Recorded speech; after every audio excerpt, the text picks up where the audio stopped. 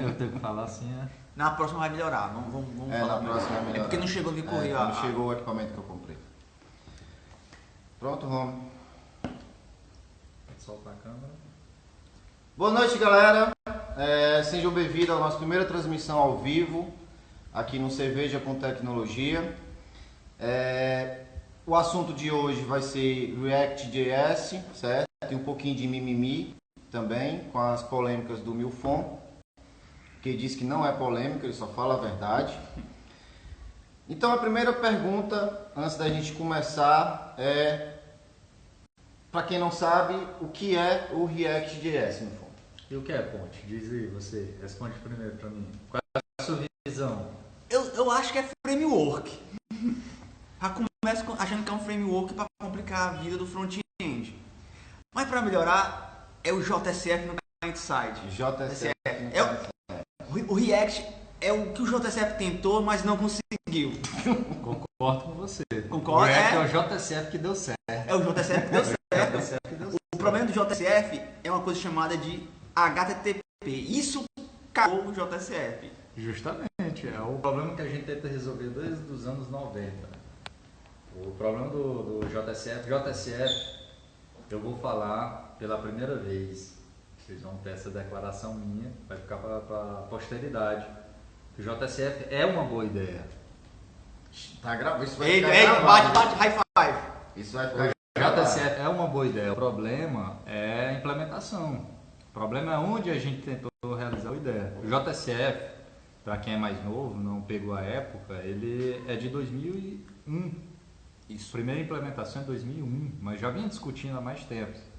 Era a evolução natural dos struts, porque a gente tinha um desenvolvimento que a Sun, talvez não foi ela que criou, mas foi que popularizou, chamou de Model 2, que a gente sempre estava correndo atrás do MVC, desde os anos 90. MVC, para quem não conhece, é uma proposta de 79, uma proposta dos anos 70.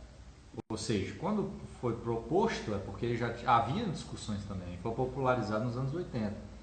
Quando a gente entrou nos anos 90, o MVC já era um negócio antigo no desktop e todo mundo tentou fazer. Então as primeiras implementações, como um framework para CGI, que é o PHP, o criador dele não disse que criou uma linguagem, ele criou, o Ramos sempre diz, ele criou um framework para CGI, que era como você fazer template em C, antigamente.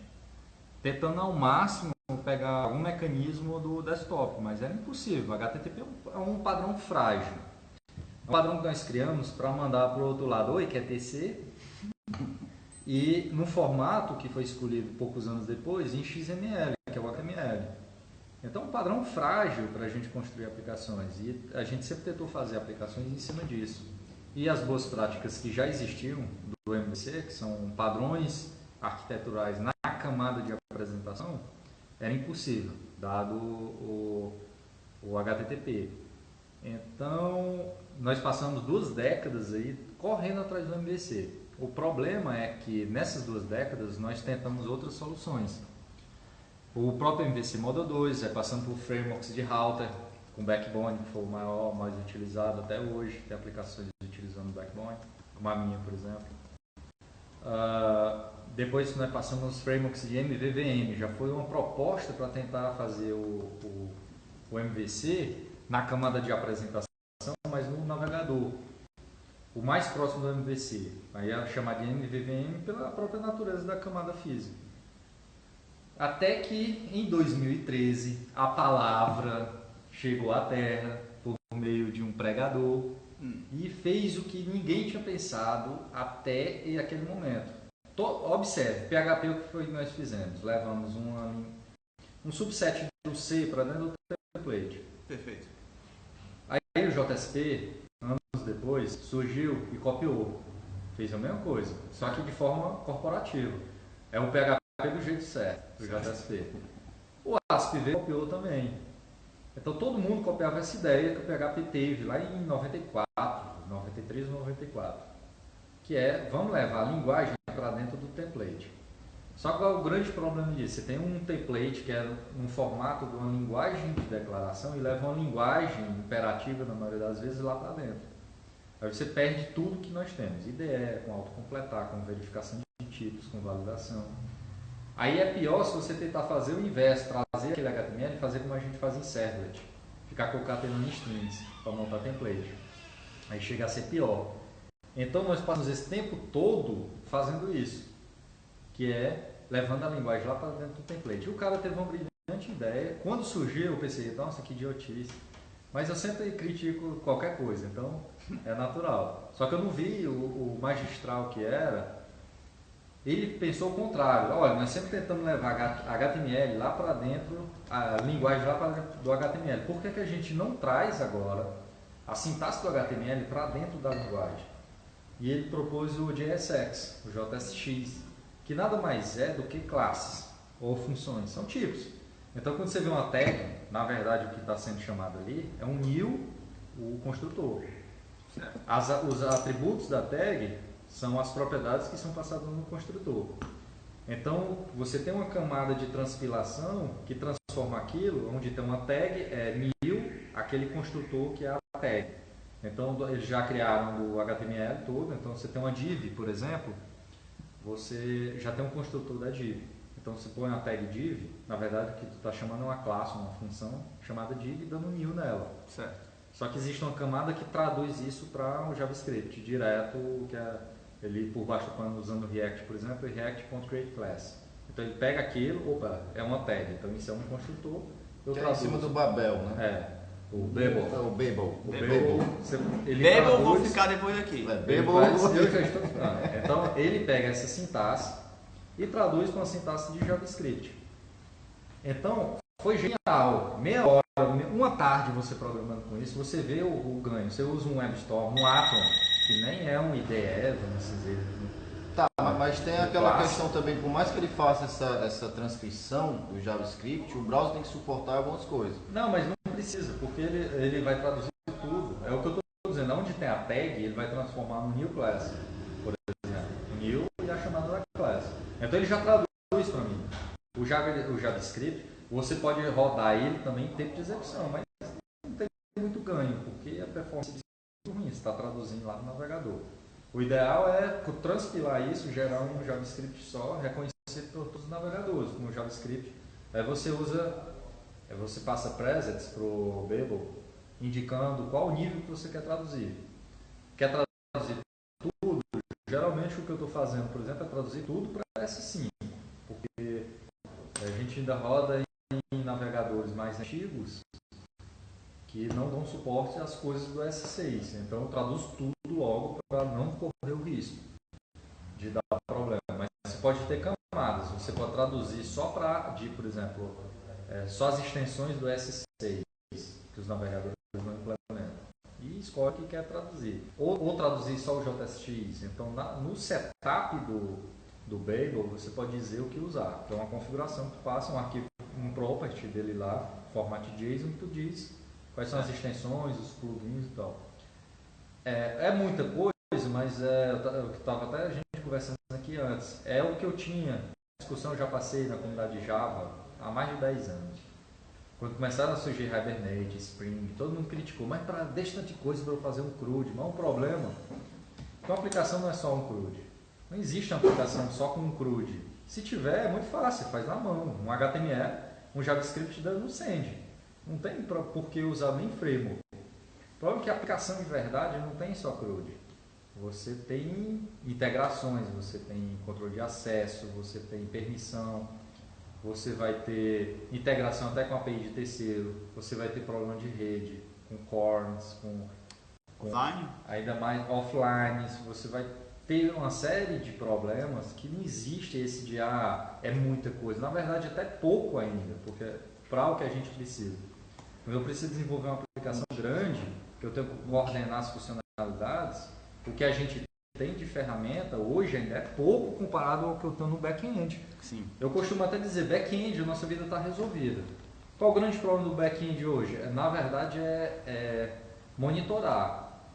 É a nova onda, né? Tu falou a nova onda. Porque, por exemplo, aplicações corporativas. Primeiro vamos dividir o que é o mercado. O que é que a gente quer resolver? Porque falar de forma genérica, abstrata, fica muito complicado. Se eu trabalho numa agência, uma agência comum, que eu vou fazer site, vou fazer página, Certo. eu preciso de um conjunto de ferramentas muito diferente de um cara que trabalha num sistema corporativo que precisa de um SPA. Para quem está assistindo aí, um SPA e não sabe, é uma single page application. Você abre uma página como um Facebook, você abre uma página e tem tudo lá, você interage de viajar, utilizando algum mecanismo desse. Uma aplicação corporativa, imagina que eu sou uma farmácia ou um supermercado, eu preciso desenvolver uma frente de loja. Até o ano passado era praticamente impossível eu fazer isso na web. É impossível. Por isso que VB ainda reina. Tem até Clipper por aí, o pessoal fazendo. Porque eu preciso primeiro trabalhar offline, eu tenho que sincronizar um banco de dados e não depender de rede, trabalhar na própria máquina, interagir com hardware e ter uma persistência na própria máquina. Então, fora a política de segurança do próprio navegador. Até o ano passado, praticamente isso era impossível. Ninguém fazia porque não se pagava. Dava para fazer? Dava, mas não se pagava. Entendi. Hoje já é muito simples fazer isso. Muito simples. Você já tem todo o ferramental. Se você escolher o navegador, por exemplo, escolhi que eu quero fazer em Chrome, em Firefox. Melhor ainda, porque eu controlo, vou usar o Chrome, então eu tenho um SQL na web, então eu tenho tudo. Então um banco de dados no navegador com uma capacidade de gigas, então eu posso armazenar tudo local, posso trabalhar totalmente offline, sincronizar quando tiver rede, posso acessar hardware, posso fazer uma extensão muito fácil em JavaScript, que acessa o hardware. Então hoje é possível, por exemplo, esse tipo de negócio é impossível até por tempo. E para nossas aplicações do mercado corporativo web clássico, de muito cru, de fazer muita lógica de negócio, muita entrada de dados, né? Mais entrada de dados, gerar relatórios, esse tipo de coisa, já é um pouco mais também diferente, mas em cima de SPA é a mesma coisa. Porque eu vou ter funcionalidade que é muito importante, que eu vou ter que manter dados aqui com refresh ou ficou momentâneo sem rede. Um exemplo, imagina que tu tá fazendo alguma análise aqui em cima de alguns dados, de coordenadas, e você caiu a rede. E você vai perder toda a análise que tu fez. Pode armazenar aquilo naquele momento, é pequeno, é temporário e controlado. Você pode armazenar, terminou, voltou à rede, sincroniza. Armazenar no lado do cliente, tu fala. No lado do cliente. Então você pode, hoje isso é extremamente fácil de fazer. Ainda é difícil manter a consistência entre todos os navegadores. Essa é a dificuldade, né? Mas, tipo, se eu estimar que eu só uso Edge, Firefox, Chrome, os browsers mais modernos, isso também já está resolvido. Então o front-end agora que está chegando ao que a gente tinha em Java em 2006. 2005, 2006. Aquele setup que eu montava um Maven ou um Ant ainda na época. Que todo mundo reclamava, né? Que tipo, você fazer uma aplicação em Java, você tinha que... 1 milhão de coisas. Mas, cara, tinha um POM e você compartilhava esse POM. Mas era o mesmo POM em todos os projetos, as mesmas ferramentas, não tinha que fazer nada. O ruim é montar a primeira vez, é a mesma coisa hoje no front-end. Você monta o seu primeiro package.json e acabou. Todos os projetos são uma cópia dele. Você tem scaffolds também, mas na prática ninguém usa. O scaffold é bom para você aprender. Tipo, tu constrói então do React lá, Create React App, uma coisa assim. Tu roda ele, dá um nome e já cria toda a estrutura com Redux, com React, com tudo. Só que na prática ninguém usa. É igual o scaffold do Rails, ninguém usa. Sério que ninguém usa aquilo? Ninguém usa, cara. Tá, mas na tua opinião, assim, o React, certo? Qual mercado ele iria se encaixar? Já que tu tá falando de mercado, aonde assim, tu falou a questão do corporativo, startup, agências, etc. Mas assim, o que tu acha assim, cara, se você tem esse meio, usa o React que é de boa. Isso a gente está falando obviamente da parte do front-end, né? Tecnologia front-end. Isso, aí continuando, só aquela explicação do porquê o React, por que nós chegamos no React. Os benefícios, quer saber quais os benefícios? Além do JSX, como eu falei, o JSX, você imagina quando eu beber JSX, você tem o Virtual DOM, que é para resolver problema de performance. A gente faz Virtual DOM na mão, por exemplo, no projeto atual, porque é um projeto legado, não existia nem React quando começou. Então a gente faz otimizações na mão, ele faz toda essa otimização para você. Existem projetos que fazem mais rápido? Existe. Mas é aquela coisa, tinha projeto que fazia mais rápido que o Hibernate. mas não fazia o completo, o conjunto da Entendi, obra que a verdade. ferramenta faz. O problema não é ter um que faça uma coisa mais rápida. E o React, ele uma coisa bacana, é porque ele estimula esse conceito de submodularizar as próprias ferramentas. O React não é um framework, ele é uma ferramenta para você componentizar o teu código. Dado que ele é isso, ele virou uma plataforma, porque você vai construir o teu framework, o lib, dentro da filosofia dele. Por exemplo, você tem o React Router. O Router, ele é uma biblioteca igual ao React, só que em cima do React, usando o conceito do React. Ele é um componente em React que resolve rotas. Então ele já usa a History API do navegador, tu não precisa usar aquela cerquilha.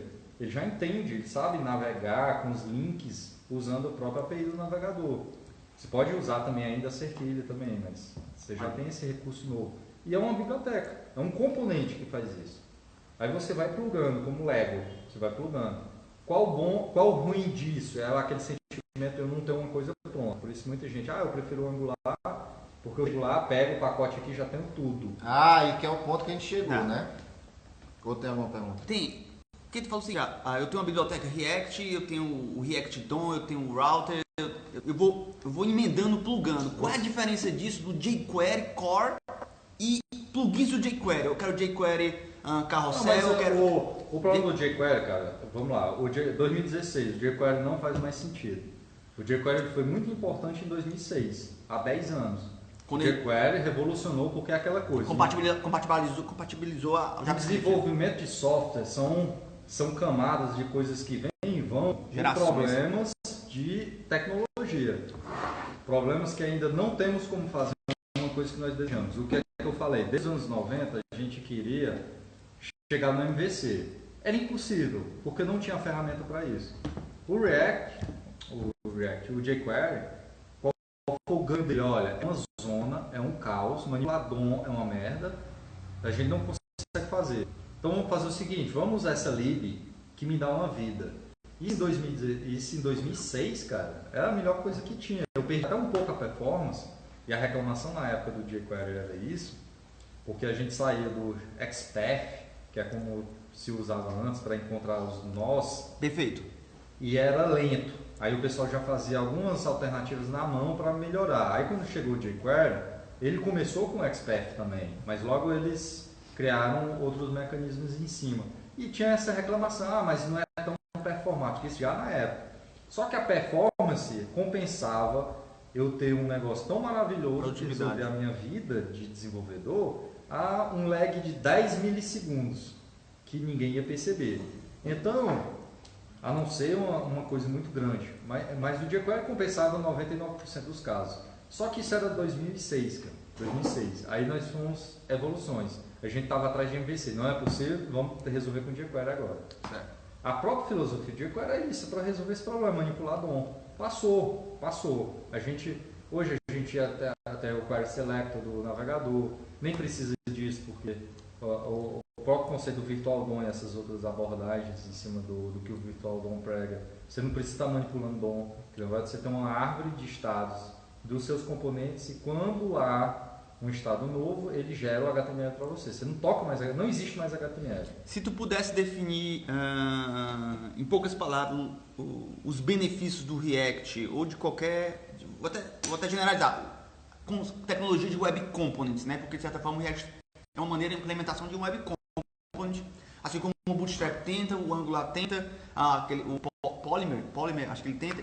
Todo mundo tem uma maneira diferente de implementar. Como é que definiria os benefícios de cara, adota React porque tu vai ganhar isso? Cara, lembra do Hibernate quando ele surgiu? Existe uma API de dados. O Hibernate ignorava ela.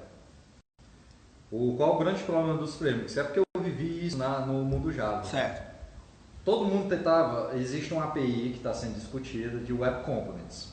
Só que ninguém chega a um acordo sobre qual a melhor abordagem. Perfeito. O Polymer é uma das implementações, a mais fiel, uma das mais fiéis à implementação, só que eles não entregam, eu preciso botar código no mercado.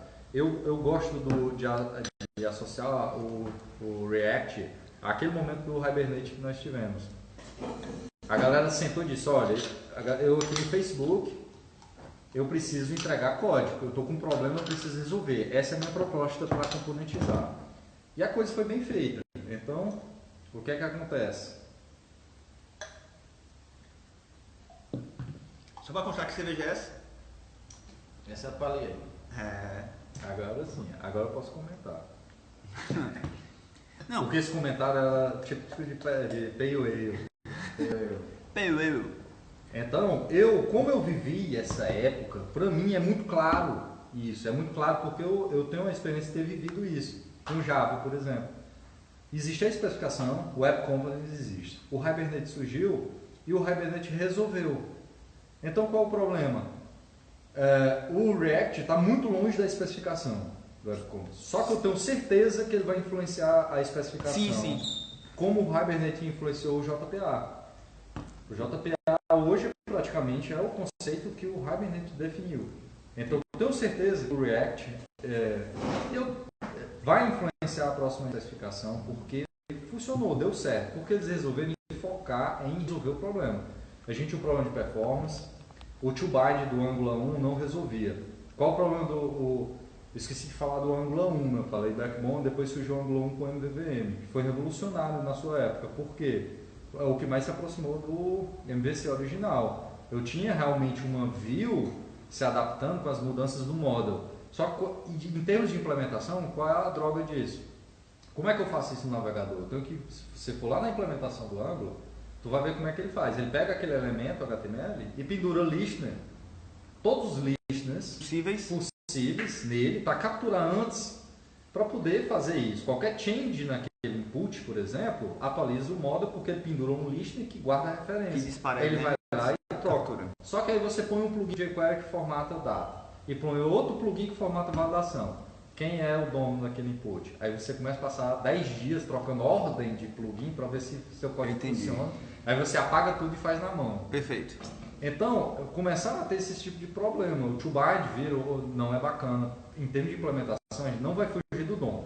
Isso aí nós não vamos fugir nem tão cedo. Né? A gente precisa revolucionar o HTML. Isso não vai sair tão cedo. Então, vamos resolver o problema de onde? Vamos resolver com programação funcional. Então, vamos pensar um pouco mais fora da caixa. Ao invés de eu tocar no DOM, ninguém toca nele. Ele vai ser gerado conforme um mapa que eu tenho de classes. Essas classes, elas representam um DOM.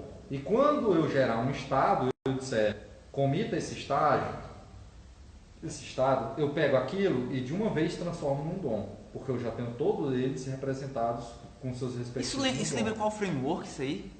Que eu tenho uma árvore de estado e com a mudança ela reflete justamente a melhor ideia que já foi pensada. O problema, qual o grande erro do JSF? Ter sido implementado no server-side, cara, em Java. Perfeito. Você tem uma transpilação de uma linguagem estática e fortemente tipada. Uma linguagem, na época, 2001, a gente não tinha S5, a gente tinha S3. Certo. Uma linguagem de tipos fracos e dinâmicas cagada. Certo. Então, você já tem um inferno para outro.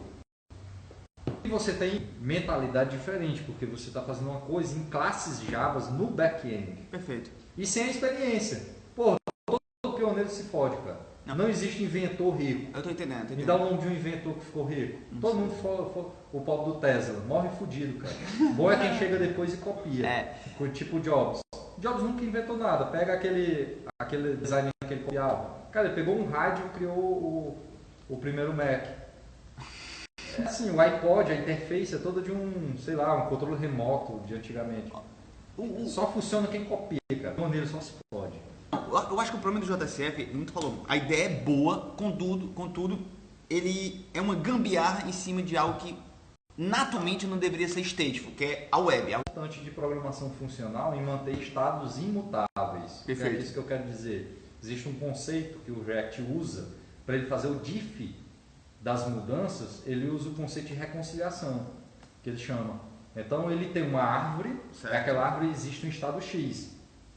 Então quando há uma mudança qualquer, o que é que ele faz? Ele vai tentar fazer um diff nos galhos daquela árvore e vai reconciliar para gerar um novo estado. Então ele gera uma nova árvore. Perfeito. Ele não altera uma árvore. Ele gera uma nova, uma cópia daquela antiga com as mudanças. E aquilo é muito mais rápido por isso, porque ele não manipula DOM, ele gera um novo.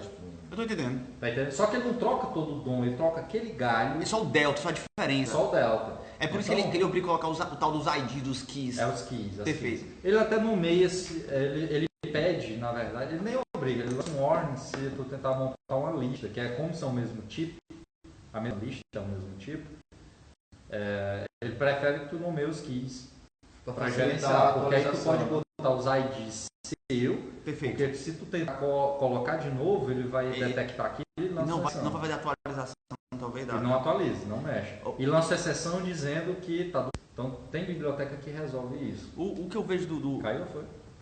De novo, caiu de novo. Porque toda vez que alguém manda uma mensagem pra ele, cai aqui. Caiu? Toda vez que alguém manda uma mensagem pra ele... Caiu? Voltou?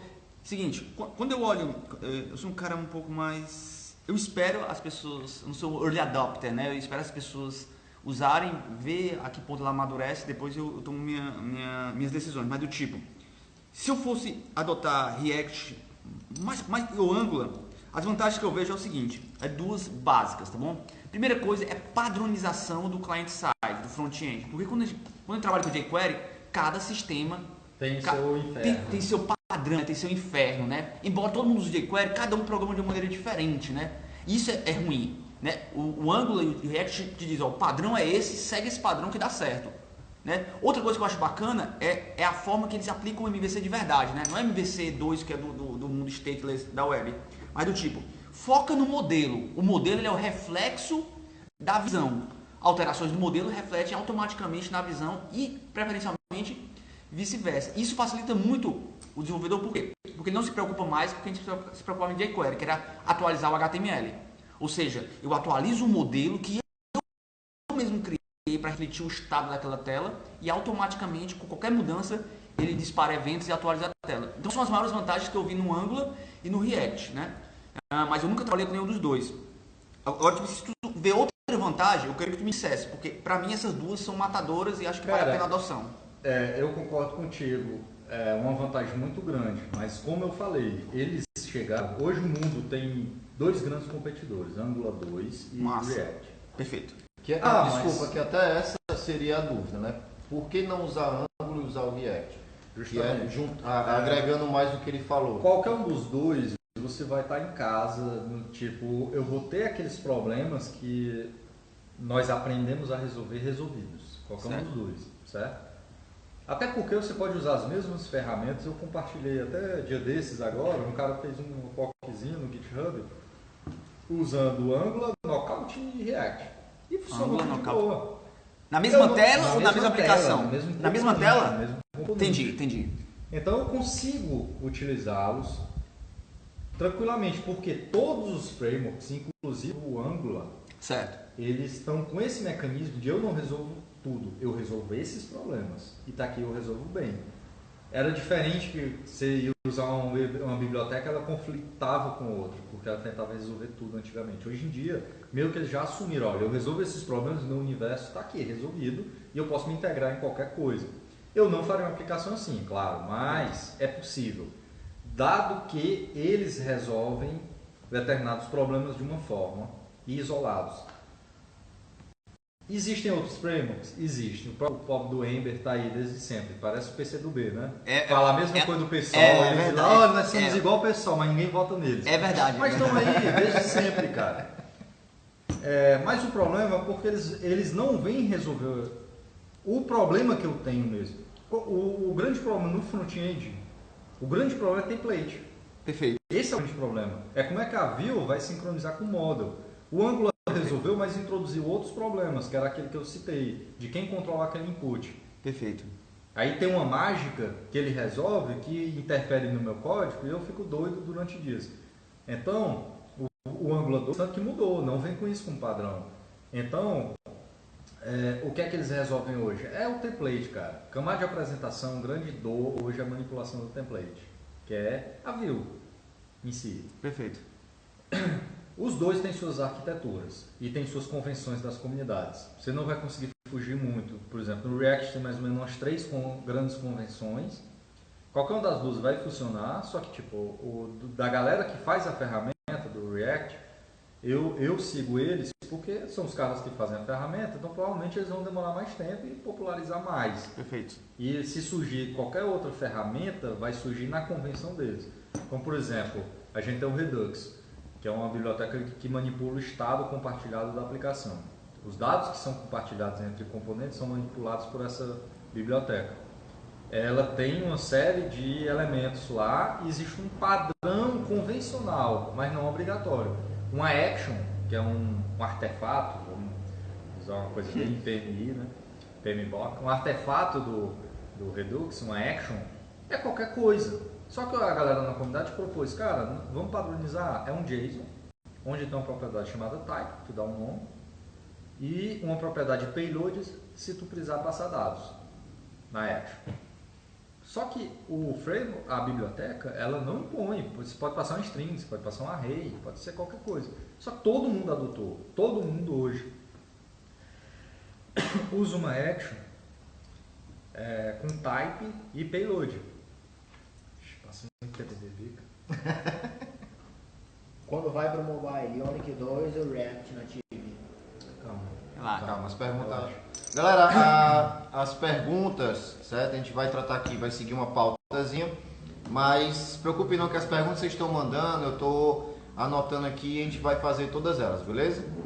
Eu vou até sincronizar aquela pergunta que o Anderson falou do mercado com a tua.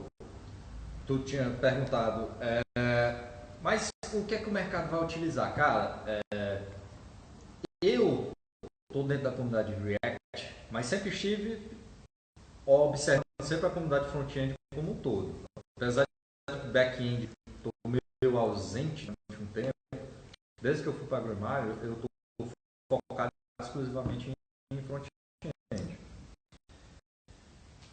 Faço alguma coisa de back-end, mas muito esporádico, muito específico. O meu foco é front-end, eu tenho observado o mercado em geral. Qual é o grande problema do React? Ele vai focar muito no mercado corporativo. Só que o problema do mercado corporativo é porque você não vai ouvir falar. A galera palestra de agência, é startup. O cara que trabalha num SA. Tu já viu alguma palestra no QCon, um cara que trabalha num SA aqui do Brasil, sei lá. Só produto de 3 letrinhas, só produto de 3 letrinhas. O cara não é o cara que vai palestrar, principalmente em evento de front-end. Então vai passar uma falsa impressão, e até já passa, de que o Angular ele está dominando o mercado. O Angular 2 ele vai ser o domínio. Mas no mercado corporativo, o React ele vai dominar ao ponto de ser exclusivo. Ele vai substituir o JSF no próximo ano como opção na comunidade Java. Vai pegar forte a comunidade .NET e vai impedir o Angular entrar no mercado corporativo, porque ele está muito atrelado a esse conceito de SPA. Se você pegar o Facebook, que é onde a gente pensa, onde o React resolve os problemas, é um governo, cara. O Facebook é um governo. É uma empresa gigante com SPA, uma página só que você tem que interagir ali e tudo. Pô, deixa eu te perguntar aqui agora, então. Só que você não vai ouvir falar nisso. Eu tô entendendo, falando, deixa eu te questionar. Vamos lá. O que eu entendo por React, tá bom? Mais React do que Angular. Eles são feitos para essas páginas que há muita interação entre pequenos componentes que compõem a página. Eles precisam se comunicar de uma maneira simples para o desenvolvedor e ter performático para o browser, né? Só que quando você vai para o mundo corporativo, 80% é formulário. Básico, formulário básico. Onde é que eu vou ganhar usando React, que é altamente para componentes interativos, num formulário? Para fazer máscara, validação... Cara, o React não é um pop-up. No máximo você vai ter um dashboardzinho numa aplicação. No mundo corporativo, cara, você tem Pareto, você tem funcionalidades que representam 20% de escrita, mas são 80% de uso. Perfeito. E você tem funcionalidades que são 80% de escrita, como os formulários, com 10 ou no máximo 20% de uso. CRUD, quase nunca o usuário usa. Perfeito. Ele usa 3 ou 4 diariamente. Perfeito. Tipo, cidade de estado. O cara nunca vai inserir. Geralmente vem por integração ou cópia dos correios que vem pulando o sistema. Tem CRUDs que o cara faz uma vez, ele vai resolver nunca nunca Certo. mais ele vai mexer. E CRUD, cara, a gente padroniza. CRUD a gente faz em engine. Ninguém vai fazer CRUD na mão. CRUD, no mercado corporativo, a gente faz em engine. Legal. Aí eu te pergunto, vamos lá, pensando em CRUD, independente se cria uma engine ou não, porque nem todo mundo cria engine. Pela minha experiência, eu vejo muito pouco gente criando. Eles criam maneiras fáceis. No server Não, side, eles criam quem faz no front-end. Eles criam maneiras fáceis de desenvolver CRUD. Agora eu te pergunto, é indicado usar React em CRUD? Como tu falou, ele 80% é CRUD, os outros 20% são coisas realmente complexas que o React se encaixa mais. Será que eu preciso aplicar React realmente nos outros 80% que eu não vou ganhar nada além de complexidade? Mas que complexidade? É que eu pergunto. Qual complexidade? Hoje, antigamente falava em front-end, há 4 anos atrás, você lembrava de HTML, CSS e JavaScript. Eu quero saber que tipo de CRUD é esse. Porque, por exemplo, CRUD é a coisa mais fácil do mundo. A tua aplicação SPA, a gente já tem uma complexidade aí. Porque se eu fizer página, eu não preciso nem de JavaScript, cara. Perfeito. CRUD eu não preciso nem de JavaScript. No máximo um JavaScript plain mesmo, para validar. É um jQuery mesmo, com um plugin de máscara lá para validar. Não, e nada impede de usar o jQuery com React, porque o React não faz validação. Perfeito. Ele não é para máscara, para essas coisas, não tem nada a ver. Perfeito. Essa manipulação, se tu vai usar a biblioteca mesmo que resolve isso. Só que o que eu digo qual é a orquestração disso? Tu vai precisar orquestrar isso. Perfeito. Tu vai precisar orquestrar com o seu sistema de segurança. Perfeito. Você vai precisar orquestrar, dependendo da sua UI, tu vai ter um sistema de abas, por exemplo, só que não abas do navegador, abas lógicas dentro da tua aplicação. Tu vai ter um sistema de mestre de detalhe, então tu vai ter coisas que não são triviais. Perfeito. E que a dobradinha React e Redux, hoje em dia, resolve isso muito fácil. Resolve muito fácil, principalmente, ainda não chegamos lá, mas principalmente quando eu tenho um estado da aplicação compartilhado, onde eu posso ter um mecanismo único, centralizado, de manipular esses dados, eu consigo fazer coisas que antigamente eram muito difíceis, como por exemplo logar no Analytics. Todas as ações dentro do sistema eu quero logar no Analytics. Isso era um inferno para fazer. Você tinha que ir em cada função botar a chamada do Analytics. Usando o Redux, por exemplo, onde todas as ações do sistema são uma action que eu disparo para ele, eu tenho um componente, o componente não faz Ajax. O componente, ele dispara dizendo, olha, eu preciso dos dados X, e dispara uma ação com o nome X que você definiu, que o seu store, que é o cara que armazena os dados, captura essa action e diz, olha, eu sei buscar onde é que estão, a grosso modo explicar. Então, se eu tenho um mecanismo só, é só aplicar, por exemplo, o log do Analytics lá. Todas as actions passam lá. Eu tenho a action, o usuário e todos os dados que eu passei na action. Então, só um exemplo básico, o offline da mesma forma.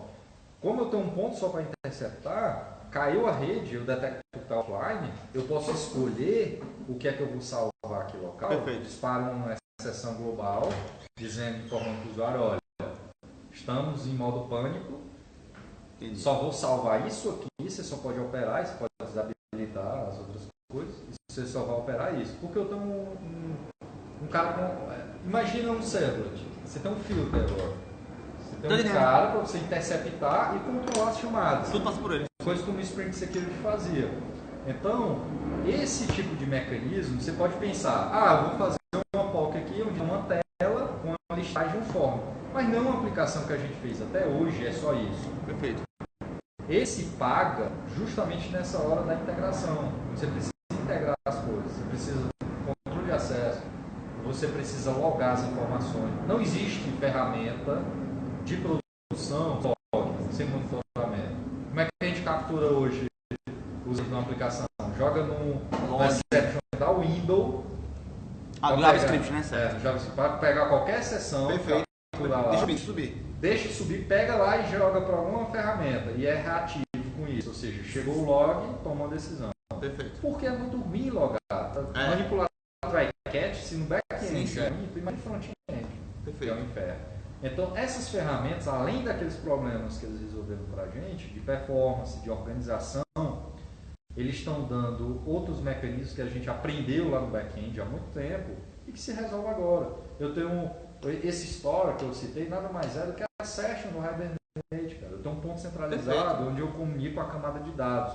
Se eu pegar as 3 camadas clássicas, apresentação, negócio e dados, esse cara, apesar de estar na apresentação, ele é similar à session lá, para ir pegar os dados na camada de apresentação, que nesse caso é no back-end, ou no banco de dados local. Então eu começo a ter os velhos patterns que a gente não podia utilizar de volta. Eu começo a pensar em DTOs, eu começo a pensar naqueles patterns que a gente tinha.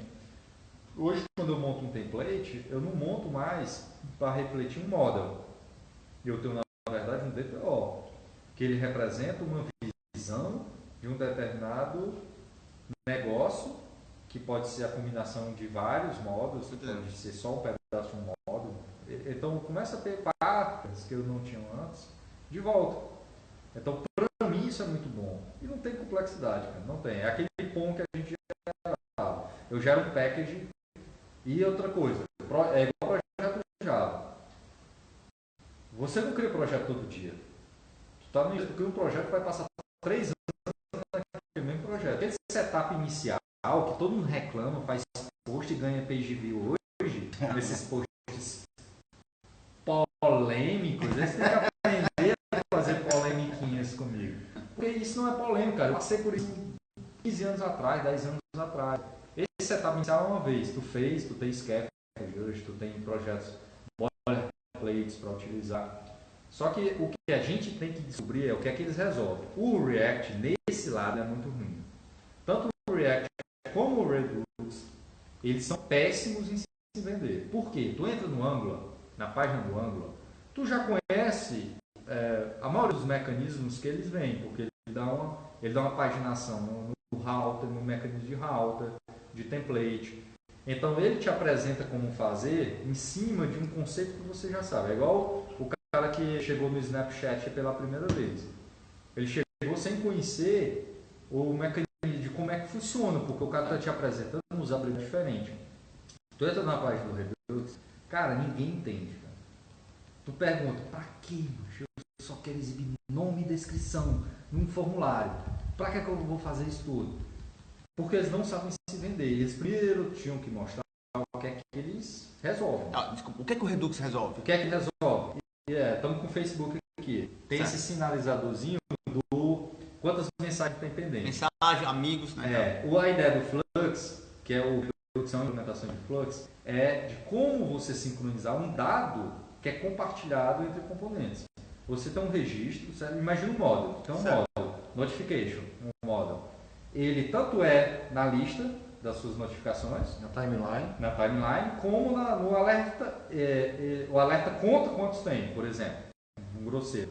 Então, antigamente, no Facebook, você recebia notificação, só que tu já tinha aberto, e tinha zerado a timeline e não tinha tirado. Quando tu clicava lá, não tinha mais nada. Ou então, pior, não tinha nada, quando tu clicava, aparecia coisas que tu não viu. Porque você estava com a timeline também, abrindo e alterando aquilo, sincronizando. Então, o Flux, a ideia, pelo que conto, na época surgiu para resolver esse bugzinho do Facebook, porque eles viram que isso é muito comum, quando você tem componentes que se conversam. Tem componentes que usam o mesmo model, o mesmo registro. Como é que eu atualizo eles reflito essa informação sem alterar e sem ir lá no módulo? Na verdade, eu só espero, trocou lá, atualiza aqui.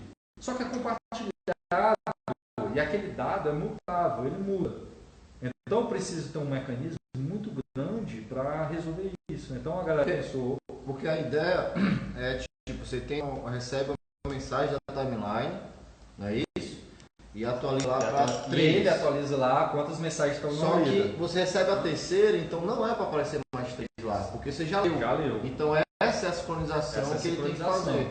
Porque às vezes você recebeu as 3 mensagens e lá colocou 3, mas você acabou de ler. Já leu. Então não era para estar aparecendo 3 novas, você já leu. Quem atualizou primeiro, você tem que começar a orquestrar. Exatamente. Isso aí foi só para explicar o que era isso. Qual é a diferença do Flux para o conceito de pub-sub? Porque afinal eu disparo um evento, mas os componentes interessados... A ideia do pub-sub é o seguinte, alguém vem e se registra. Aqui o cara não se registra. cara não se registra. Na verdade, ele pede com a ideia do Flux. É o seguinte, eu peço um dado e esse dado vem, certo? E existe uma session. Lembra do Hibernate que eu estou com o CD atachado e desatachado? Perfeito. Então tem momento que eu tenho que dar um flush. Perfeito. Então eu, desenvolvedor, vou ter que decidir esse momento. Isso. Então eu tenho que ter esse conceito que eu tinha lá com o Hibernate, do que está atachado na session. Por isso que eu digo, cara, o story é muito mindset da session. Eu tenho que ter esse conceito em mente, o que é que está atachado e o que não está, para não me ferrar. Aí, dado esse conceito em mente, tem uma coisa que eles implementaram que é no sentido de programação funcional. Aí foi onde entrou o Redux. Porque a gente começou a ter vários stories, mas aí quando eu tenho um dado que está no story, certo, e o componente precisa sincronizar com 2 stories, ele não pode ter 2 pais. A lei não permite.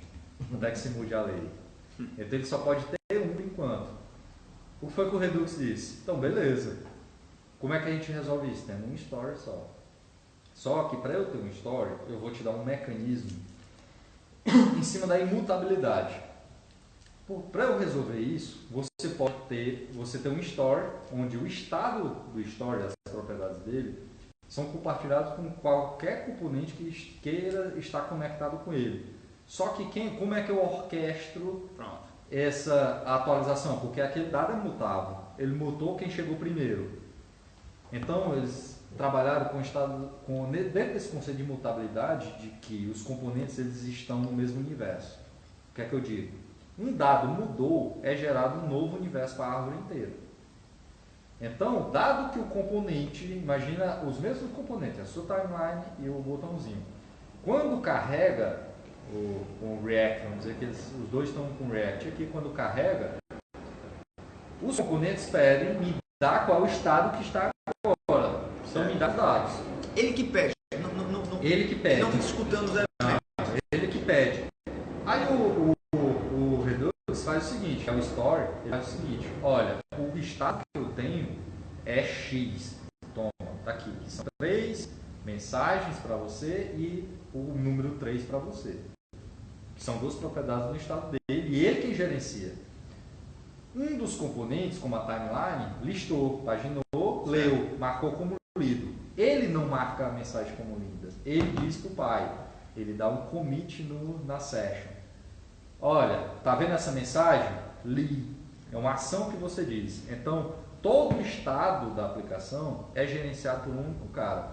Ele não muda o dado. Ele solicita a mudança e um novo universo é gerado. Como esse novo universo é gerado, o que é que o Redux faz? Gera todas as propriedades de novo com o mesmo estado. Aí tem um mecanismo mais técnico que sabe fazer isso. Certo. Gera todo o universo e troca o universo inteiro. Então, como ele troca o universo inteiro, não tem perigo deles não sincronizarem agora. Porque eles estavam no universo X, alguém solicitou uma mudança, a mudança foi feita em um dado, mas o universo inteiro é trocado. Então, todos os componentes refletem. Aí a ferramenta faz a inteligência, ela faz o diff do que precisa trocar ou não, usando o próprio mecanismo React. Na árvore. Esse galho não sofreu, não faz nada com ele. Esse aqui alterou, vamos ver o que é que alterou. A ideia das keys, né? É, do Virtual DOM. Então o próprio React, ele fez em cima do React essa decisão, porque o React já fazer isso. Então, ó, troquei esse dado, tá aqui o universo inteiro, percorra a árvore. Só que essa árvore não é porque ia ser muito escroto se tipo, você pegasse toda uma árvore e trocasse ela inteira. Não precisa, porque ele faz. O próprio React quem faz. Então você usou o mecanismo da ferramenta e construiu a tua biblioteca em cima. Tá, vamos aqui agora algumas perguntas, certo? O nosso amiguinho Nathanael Pantoja. Qual a relação do React.js com o Complex Event Process? Existe alguma relação? Cara, eu não sei nem o que é Complex Event Process. É porque assim, o React ele lembra, principalmente a dobradinha, React e Redux, eles lembram muito vários patterns, mas não são nenhum deles. Eles não são nenhum deles, certo? Porque eles funcionam diferente. Você pensar nessa dobradinha, você tem que pensar em estados imutáveis. São componentes recriados, ou seja, você tem um conjunto de um estado que não muda. Se precisar de uma mudança, você cria um novo conjunto. Só que a inteligência da ferramenta é de fazer um clone só com o que mudou. Então ele faz o delta lá, como tu citou, faz o delta, vê só o que mudou e clona. Ele clona. Só que nesse clone, esse é um clone lógico. Aí quando ele vai gerar o DOM, ele faz só o delta, ele faz só da diferença. E gera cirurgicamente o clone. É só isso basicamente que ele faz. Só isso. Só que tem toda a inteligência por trás para fazer isso. Aí tem as boas práticas, as mais práticas. Você vai errar, tu vai precisar de bibliotecas. O próprio React está vindo, a última versão está vindo com coisas que eram plugins antes, que melhoram muito a recomendação é usar o Immutable para dar imutabilidade nos níveis. Você tem record, você tem listas, sets de imutáveis, que já faz esse diff melhor, para você não fazer o re-render do componente várias vezes. Isso é verdade. Então, porque o render do componente não é o render HTML. Sim. Porque tem muita gente que confunde isso. O render do componente é para saber se ele verifica aquele galho dele. Às vezes nem fazer essa verificação precisa. Aí o Immutable faz isso. Nem essa verificação ele faz, porque não precisa. Nada mudou, ele detectou nos níveis internos do modo que ele recebeu. Então, resumindo, aonde eu usaria o Angular 2, por exemplo, certo. hoje? Seria numa equipe que eu preciso migrar agora, por exemplo, de um projeto de Angular 1. E toda a equipe conhece o Angular 1 e não tenho tempo de treinar a galera, não tenho tempo de... Eu vou errar muito no Angular 2, porque eles mudam muita coisa, o mindset também, mas eu ganho muito do que a equipe já tem. Seria o cenário que eu faria. Dado que não, eu vou migrar, isso só em falando que eu já tenho um Angular 1, que eu vou migrar e quero entrar no mindset mesmo das coisas que estão sendo resolvidas agora, aí eu tenho o mesmo grau o mesmo mecanismo de conhecimento de React e Angular 2. É o mesmo grau que eu vou precisar. Porque eu vou precisar resolver várias coisas, aprender uma mentalidade diferente. Dado isso, por que é que eu escolhi o React? Justamente por esse conceito muito agregado dele da imutabilidade e outra coisa, o JSX, que vem por padrão nele. Isso foi uma vantagem particularmente que eu vi em cima do Angular e do React, foi essa facilidade por causa do JSX, né? Justamente, porque você tem a ferramenta, você tem a IDE que resolve e você tem essa IDE, cara. Tu pega o Atom, tu pega o não, e você tem, uma coisa que eu achei também dele muito bacana é que ele é como se fosse um compilador, né, que ele tem, né? Você escreve alguma instrução errada e ele transpilador, seria um transpilador aqui, um transpilador, que isso aí também eu achei bacana também, né? Tem mais uma perguntinha aqui, que é a pergunta do Hudson. Recentemente, na atualização do Angular 1 para o 2, toda a dinâmica de desenvolvimento foi alterada, forçando assim um novo aprendizado. O React já passou por algo do tipo? Não, até porque o React é muito novo. Só que ele passa em termos de agregação de conhecimento. Por exemplo, quando o React surgiu, o JSX ainda era estranho. Certo? Era estranho. Então ele surgiu com o React.create class e tu criando os componentes, naquela estrutura... Não é produtivo isso aí. Naquela estrutura antiga, criando elementos e tal. Era meio a meio dividida. Hoje já é meio que consenso na comunidade usa S6. Então a gente tem um conceito de classes que tenham que manipular dados e dados dos seus filhos são classes. Componentes puros, burros que a gente chama, na verdade burros, são a preferência por functions, explico já por quê. Principalmente porque é mais fácil testar uma function. Certo, com certeza. Mas eu já uso a sintaxe do S6. Então, por exemplo, quem começou no React, pega ainda material que era S5 e tem que aprender S6, porque não vai conseguir acompanhar mais a evolução, se não aprender. Mas isso é bom. É como se a comunidade Java chegasse, cara, daqui para frente, se tu não aprender Java 8, tu vai se ferrar, daqui a pouco tu não vai ter suporte. Isso é bom, isso não é ruim. O ruim se chegasse e dissesse assim, não vai funcionar. Mas não é. Tanto é que aquele código de JSX é compilado para aquele React Create Class. Se tu olhar, o bando que gera tá lá, essa sintaxe. Então, são camadas que vão acontecendo. O meu curso, por exemplo, de janeiro para cá, quem fez lá atrás, já incluiu tanta coisa que se o cara pegar o código, ele não vai entender. Mas isso eu acho bom, porque nós ainda não chegamos lá em 2006. Nós estamos ainda em 2005, entrando em 2006. Nós já temos Hibernate Spring, mas nós estamos na versão 1. Então, a gente está agora ajustando as fontes. Então, entra o ES6, entra de lá para cá, JSX se popularizou, chegou o Redux. O Redux não existia, cara, até agosto, sei lá, do ano passado, julho, ou se existia, ninguém tinha ouvido falar. Então tem um ano. E uma coisa no Surgilog pega no primeiro mês. Então você pegou o Redux de janeiro para cá. Então em 10 meses você tem um cara que revolucionou o que não existia o ano passado. Tá entendendo? Então não é que mudou as coisas, é que são camadas que estão sendo acrescentadas porque, a meu ver, ainda não estamos resolvidos. Nós estamos 90% em 2005, entrando para 2006. Aí está aumentando muito, mas cada vez menos. Tipo, a coisa vai crescendo, é aquela gordura normal. Você engorda muito, mas chega um ponto que você já nem nota tanta gordura que está entrando, né? De pouquinho em pouquinho. Os conhecimentos estão diminuindo agora, estão diminuindo de coisas novas que tem que aprender. Mas no começo era muito frenético, de 2013 a 2015 foi muita coisa para aprender. Só que agora 2016 teve uma ou duas e assim, é mais normalização. Galera, é o seguinte, vamos botar moral aqui na casa, vamos convencionar que tal coisa vai ser assim, mas não é que quebra, é só que para todo mundo escrever daquele jeito e não gerar bagunça. Por exemplo, no próprio Redux surgiu, várias pessoas escreveram diferente. A galera padronizou por convenção. Porque a padronização é necessária, né? Necessária e é bom. Vai surgindo várias ideias, agora, vai surgindo várias maneiras, e depois tem que o negócio tem que começar a entrar numa linha. Tem que entrar numa linha, é isso que está acontecendo agora. Só que do Angular não, o que o Angular mudou foi que o teu código não funciona. Sim. Que é diferente. Então, se eu tenho um código com React 2013, ele funciona normalmente. Talvez um método tenha sido depreciado. Olhe lá, eu não lembro de nada que foi tirado, talvez deprecated só, mas tirado não.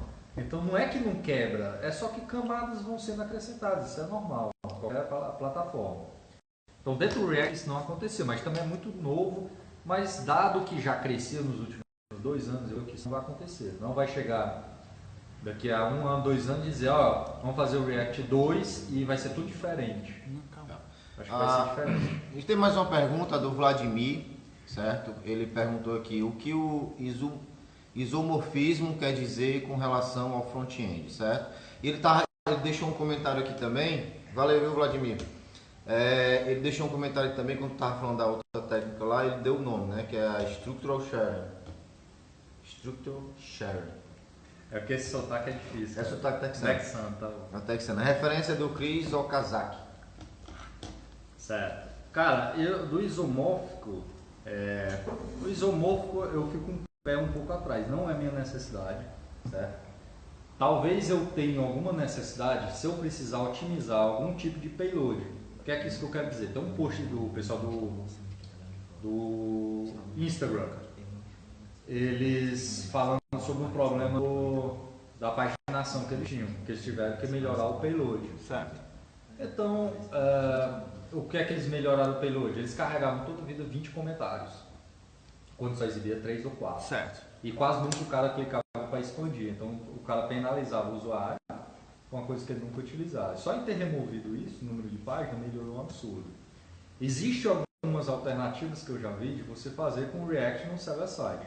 O tipo de aplicação que eu faço não é necessário, porque a minha aplicação é SPA, ou seja, ela está rodando todo no navegador, toda a interface está sendo gerada lá. Só que pode ter algum dado estruturado que eu já queira guardar no back-end, templatizado, sei lá se existe essa palavra, nem até agora. Templatizado. Então eu poderia gerar esse pedaço já no back-end. Só que isso é aquela exceção de quase nunca você vai enfrentar. Ou então Deixa eu entender, o tal do isomórfico, né? o isomórfico você tem o mesmo código, Roda no front-end client Back-end side. hoje, com o React hoje isso é tranquilo, Perfeito. com suas determinadas exceções, por exemplo, rota alta. É claro que vai funcionar diferente. No navegador, History API aqui vai ser um socket, alguma coisa Perfeito. assim. Ajax também, aqui vai ser um socket, aqui vai ser um fetch ou um XHR, mas a ideia é a mesma. Então, tipo, tu faz um fetch, tem o isomorphic fetch, a biblioteca. Ele tanto usa o fetch, se o navegador não dá suporte a fetch, ele degrada para XHR, e se é no back-end, ele usa um socket. Então ele degrada e tu usa o mesmo comando, fetch, para usar um recurso. Entendi. E no navegador vai ser Ajax, no server-side vai ser um socket. Vai ser um socket, tá entendendo? Então, ou então uma conexão HTTP. Então, esse isomórfico hoje está muito tranquilo de fazer. Eu já fiz, eu tenho uma aplicação minha pessoal para controle até do curso lá, que é isomórfica. O próprio site roda em cima da aplicação. O produto reativo é isomórfico. O React é feito no server-side, as páginas. Porque elas são geradas em Markdown, aí tem um histórico aí por trás. Eu gravo em Markdown, só que eu gravo num front-end onde a programação é feita no navegador, que gera páginas, é o mesmo código no back-end e no front-end. Deixa eu te perguntar um negócio. Mas é uma coisa muito específica. Deixa eu tirar uma dúvida contigo aqui. O front-end tá mudando muito rápido, certo? Tipo assim, tá assustadoramente muito rápido. Eu acho que ele não está muito rápido, ele está tirando um atraso. Pode ser. Então vamos considerar que tá tirando um atraso, mas isso é muito rápido, né? Do tipo de... Ele tá complexando, ele tá ficando complexo. É muita tecnologia, muita ferramenta ao mesmo tempo, muito conceito ao mesmo tempo. Enquanto o back-end tá simplificando, né? Você pega o Java, ele tá simplificando. Você pega o Spring Boot, ele tá simplificando, mas o front-end tá complicando. Tanto é que hoje o pessoal está dividindo projetos entre back-end e front-end. Às vezes é um projeto simples que numa aplicação monolítica resolvia, mas o pessoal divide e eu não consigo ver o ganho nisso. Então, quero tua opinião sobre isso, sobre dividir front-end e back-end. Só para complementar o que o Rafael falou, isso a gente já viu até dentro do Java também, né? Lembra da época que tudo era componentes, criar componentes, o negócio foi evoluindo e depois acabou voltando para o HTML puro, voltando para o JSP puro. Não, mas vamos lá, são duas coisas distintas. O front-end, por que é que você faz separado do back-end agora? Principalmente porque um padrão que se popularizou é o REST. Massa. Vamos dizer, 99% das aplicações vão ser em cima de REST. Perfeito. Então, de cara já separa fisicamente, claramente as duas camadas. Facilmente desacopláveis agora. E o front-end moderno você desenvolve com outra ferramenta. Tu não desenvolve mais dentro do teu Eclipse. Então tu vai escolher Node.js. Existem outras plataformas, mas a mais popular, que quase todo mundo utiliza hoje, é o Node. Então tu vai ter já todo o teu ecossistema montado para fazer watch da geração dos arquivos e sincronização. Você pega um WebTools da vida, enquanto você está codando aqui no teu editor, o Chrome já está refletindo a atualização do teu código. Só que você só consegue fazer isso com Node. O nome é WebSocket, se não estou enganado. Ele vai para atualizar o browser. Ele usa o mecanismo lá dentro do extensão, o Chrome. Então, eu estou usando o React e o Redux, cada um deles tem uma extensão para o Chrome, que eu já consigo ver o estado da aplicação, a árvore dos componentes, sincronizado com WebTools. Ei, mas... Tu não consegue um copo d'água? É bom essa água, porque quando tem o álcool ali. Não, tem que beber uma água aí. Então, cara, dado o mundo que a gente precisa, eu não compro essa ideia. Eu não compro essa ideia de que está ficando complexo. Eu não compro. Não está, é o que eu estou dizendo desde o começo. Está correndo atrás porque estava muito atrás. Na verdade, nós estamos estabilizando. Nós estamos agora chegando na era de ter um ambiente que não tinha. Era sempre um puxadinho. Dentro do Tomcat, aliás, o teu Eclipse aqui, abria uma abazinha no webboot do Tomcat lá e deixava você jogar as coisas lá para ficar codando. Você não tinha geração nenhuma. Hoje, numa aplicação moderna, tu tem que botar teus arquivos estáticos numa CDN da Amazon, seja lá de onde for, que você tem toda uma geração de build, você tem testes unitários, você tem tudo que você tinha no back-end, você tem que fazer no front-end e você não tinha ferramenta nenhuma. Hoje você tem um Node com todas as ferramentas para te dar um suporte parecido. Então você tem Mocha ou Jasmine para fazer os testes unitários, você tem testes de integração, a maioria em cima do Selenium, mas tu roda direto no Node. Você tem testes headless rodando no terminal, sem precisar ter um navegador, usando sei lá, um Karma da vida. Então você tem todos os mecanismos que a gente tem há muito tempo no back-end, cara. O problema é porque o programador front-end, eu dava aquele curso de JavaScript Furioso com o console do Chrome, cara. Perfeito. O cara não tinha nada na máquina dele, porque eu dava uma página já com back-end, com todos os plugins, um index HTML vazio, uma div, já com as extensões importadas do jQuery, as coisas. E o cara do console construiu uma aplicação, só que isso é muito pobre. Isso não dá produtividade, cara. No dia a dia você tem que construir telas complexas, relacionamentos, isso não dá produtividade, tu vai morrer doido. Uma coisa que no Delphi o cara fazia, eu me lembro que eu trabalhava na Fox e a galera dizia lá, programando em Delphi, cara, eu faço isso em 5 minutos, sempre demorava 2 meses para fazer. Porque dada aquela complexidade visual, era muito agressivo o ambiente desktop, é muito fácil, e no web é muito agressivo, porque a gente está em cima de um protocolo muito ruim de HTTP, que não foi feito para isso, com um padrão de mensagem em XML, que não foi pensado para montar uma aplicação em cima disso. A gente tinha nem Canvas.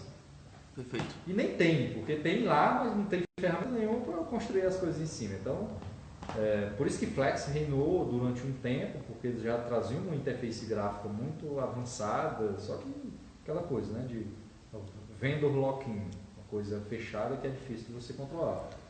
Uma outra pergunta do João Paulo Pereira, ele está perguntando aqui quando vai para o mobile, tipo Ionic 2 ou React Native. Eu acho que ele quis perguntar aqui quando é que o React vai ter alguma coisa semelhante ao Ionic 2, né? Para mobile, o Ionic ele é bem mais antigo, ele está bem mais estável, tem bem mais coisa do que o React Native. Apesar de que o React Native ele está evoluindo pra caramba e a passos largos porque tem um padrão forte, né? O Facebook com mais 4 empresas botando dinheiro em cima. O próprio React, se você ver, é só padrinho forte, é o Uber, é o Airbnb, o próprio Facebook com Instagram, com WhatsApp, com Instagram. Isso, agora eu comecei a beber. Do Facebook. Então, tem padrinhos fortes em cima. É questão de tempo, cara. Agora o React Native é 2017. Eu não acredito que esse ano, até porque está acabando também, vai ter alguma versão ainda usável.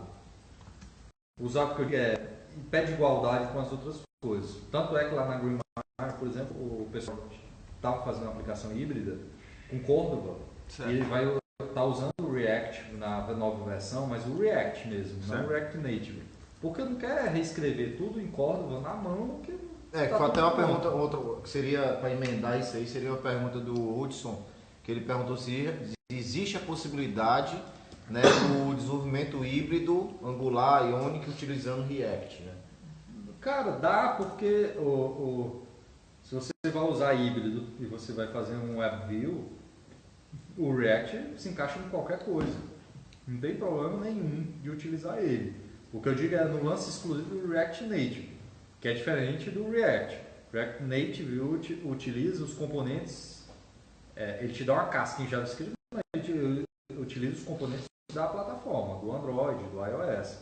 Então, existem diferenças dos dois, mas tu vai fazer uma aplicação híbrida, tu pode usar o React normal, sem problema nenhum. Só que eu falo pra galera olhar para o React Native, porque ele vai vir forte no próximo ano. Ele ainda não está na versão 1.0, não está naquela versão clássica estável que todo mundo recomenda. Até 2 anos atrás, vocês vão ver um vídeo meu do primeiro Mobile Conf, metendo pau em aplicações híbridas. Porque o passado era tosco, cara. Quem programa no PhoneGap sabe o que eu estou falando. Você gastava mais tempo resolvendo bug do PhoneGap do que codando. Então era melhor você fazer algo nativo. O Titanium. Não, nem se fala. O Sencha você fazia rápido, mas não rodava. Então não adiantava muito. Programação híbrida, até 3 anos atrás, eu desrecomendava. Até 2 anos atrás eu desrecomendava. Não faça, porque não vai prestar. Só que nos últimos 24 meses e nos últimos 12 meses, o Cordova, o Ionic, essa galera evoluiu muito, porque eles aprenderam com aquele passado do Titanium, do PhoneGap, do Sencha. Eles aprenderam os erros e agora meio que eles se encontraram. Tu gera fácil. Eu ainda tenho aquele pensamento que é o seguinte. Se você vai desenvolver alguma coisa, tipo, a gente está falando de Android, iOS, etc, não é isso? Então, se você vai desenvolver alguma coisa que vai... o Windows, cara, existe e o Windows. Tem também, existe até para celulares com Windows Mobile também. Se você vai desenvolver alguma coisa que vai precisar utilizar o hardware, né, vai utilizar tipo a câmera, o GPS do aparelho, na minha visão, eu acho que é mais interessante seria o nativo. Se você não é nem interessante não, tem que ser nativo. Porque nem vai funcionar. Hoje com a web progressiva, você consegue acessar tudo, até push notification tem, cara. Exatamente. Recentemente eu não acredito no Sérgio não, cara. O Sérgio Deixa o Sérgio, eu acredito no Sérgio. Eu acredito no Sérgio. Ele é meu amigo no Facebook. Ele vai falar isso, mas é meu amigo no Facebook. Web progressiva para mobile não existe ainda. O que existe eu já consigo fazer no desktop, ou seja, no navegador desktop, no Chrome, no Firefox, eu consigo fazer web progressiva. Ou seja, se eu pegar um Electron da vida, eu tenho uma aplicação Delphi normal, como eu faria com Delphi ou com VB, rodando no Windows, com tudo que é possível, só com as tecnologias web. Hoje eu já tenho isso. Só que para o mobile, cara, na prática isso não funciona. Quando você vai, por exemplo, um bug que tinha me relatado. O iOS, mesmo que a aplicação está lá, se você não estiver movimentando, ele mata o seu processo. O usuário tem que ir abrir a aplicação. Certo. Não sei se corrigiram isso nas últimas versões, se era até iOS 7, eu acho. Ele mata. Então você tem que ter um schedule lá para ficar mandando mensagem para subir a aplicação. Existem coisas que quando o cara vai para a prática, quando vai em campo, vai descobrir em produção. Eu me lembro há um tempo atrás que a gente fez uma aplicação todinha de fazer um upload, tanto no Android como no iOS, fazer o upload da imagem no WebView. E a gente foi descobrir depois que botou em produção que não existe um input no iOS, na época não existia, do file input é desabilitado, não existe no WebView. Então, quando a gente terminou, que foi testado no iOS de verdade, no aparelho, não funcionava. Isso era PhoneGap, eu acho, na época. Não me lembro, era Sencha, era uma coisa assim. Então tem coisa, isso há muito tempo, né? 5 anos atrás, sei lá, ou 6. Só que tem esses pequenos bugs, essas pequenas coisas, não funcionam, cara. Tu vai precisar de GPS. Cara, é um mundo árido, Tu vai precisar de um plugin nativo. Tu pega um Cordova. Então o que eles facilitaram é essa integração. Tu vai escrever um plugin nativo, um código nativo, onde o teu código lá na WebView vai acessar esse cara fácil. Que isso não era possível, mas era muito difícil antes. Então, facilitar isso, como gerar esses BIOS e fazer esses plugins. Mas mesmo assim vai ter funcionalidade que não tem como não ser nativo. Não tem. Web progressivo é bonito na teoria, mas não funciona ainda. Pois é, mas eu estou vendo aqui hoje, todos os browsers no mundo mobile, eles já estão com acesso à geolocalização, à câmera. E uma das coisas que faltava de verdade para dizer, poxa, vamos sair do nativo, vamos sair do híbrido e vamos para a web progressiva, vou criar um site web que quando for aberto no celular vai aparecer um aplicativo, era o push notification. E hoje a gente tem push notification. Tem, mas não funciona assim tão bonito. Conversa, meu